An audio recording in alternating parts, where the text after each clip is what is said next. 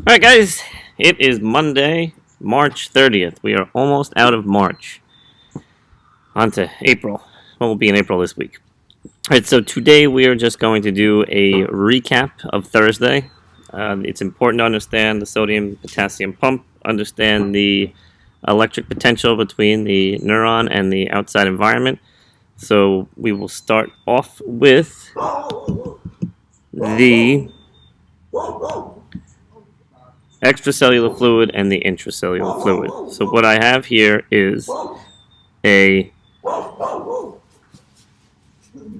neighbor's dog that's barking a lot.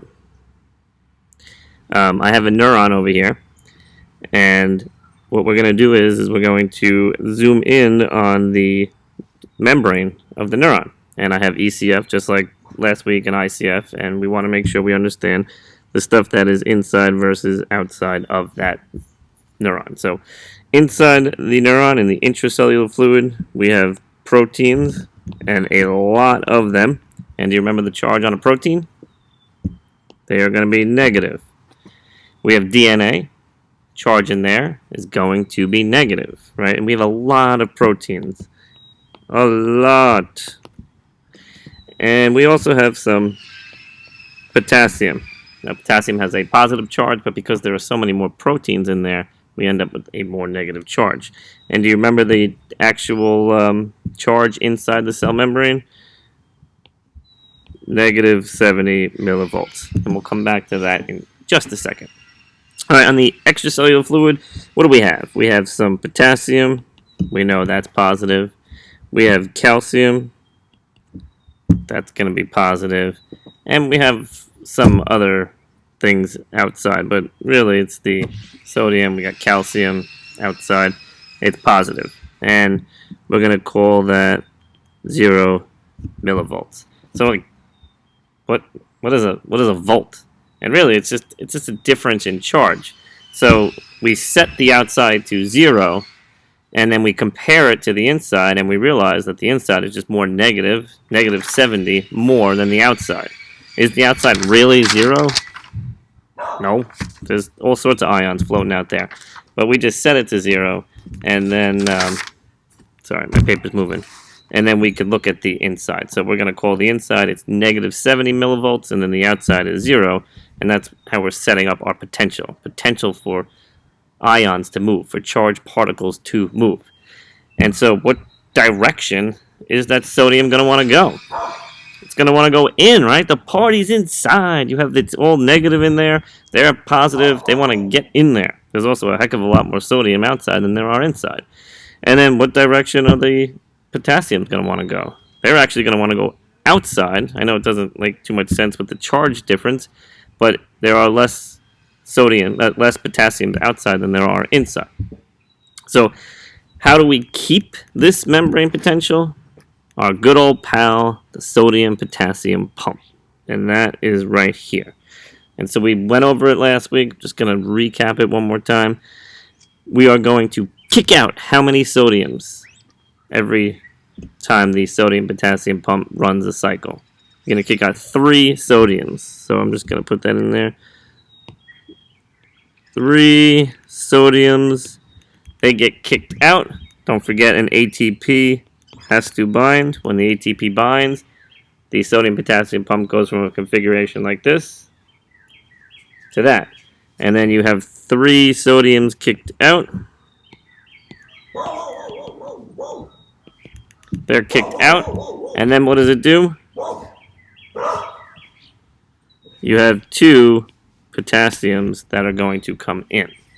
Right? So you're ending up with losing a positive charge each time this thing runs. So if you run it 5 times, you got 15 sodiums out, so that's plus 15, 10 sodiums in,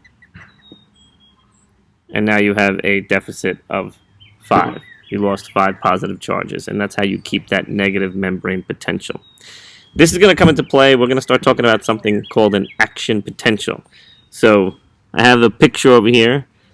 These 2 dudes, they won the Nobel Prize in 1963. They experimented on giant squid nerves, and they were actually able to figure out that they could stimulate this thing with electricity and make it work. And I'm really not going to focus on them. This is not a history of scientists, but that's what these two dudes won the Nobel Prize for. But if we take a look at a picture of a nerve, if I drew you one, here is my nerve cell, right? And I have positive, positive, positive, positive, positive, positive, positive, positive, positive, positive, positive, positive, positive, positive, negative, negative, negative, negative, negative, negative, negative, negative, negative, negative, negative, negative. Those positives, they want to come in. When the positives come in, change the membrane potential. So we go from, say, negative 70 to something like plus 30. You have an action potential. You're having the impulse travel throughout the entire neuron. You're having that positive charge is going to go in, and it's going to propagate. It's not going to all go in at once. It's going to start, and then it's going to make its way across.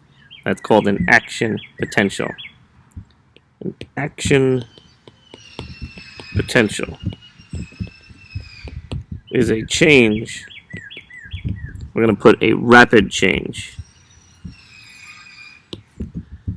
A rapid change in membrane potential.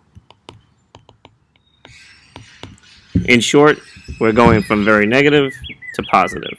Alright, so just recapping, we have the inside of the cell is negative, outside is positive. You have potassium's inside, a ton of sodium's outside. Sodium wants to go in, potassium wants to go out.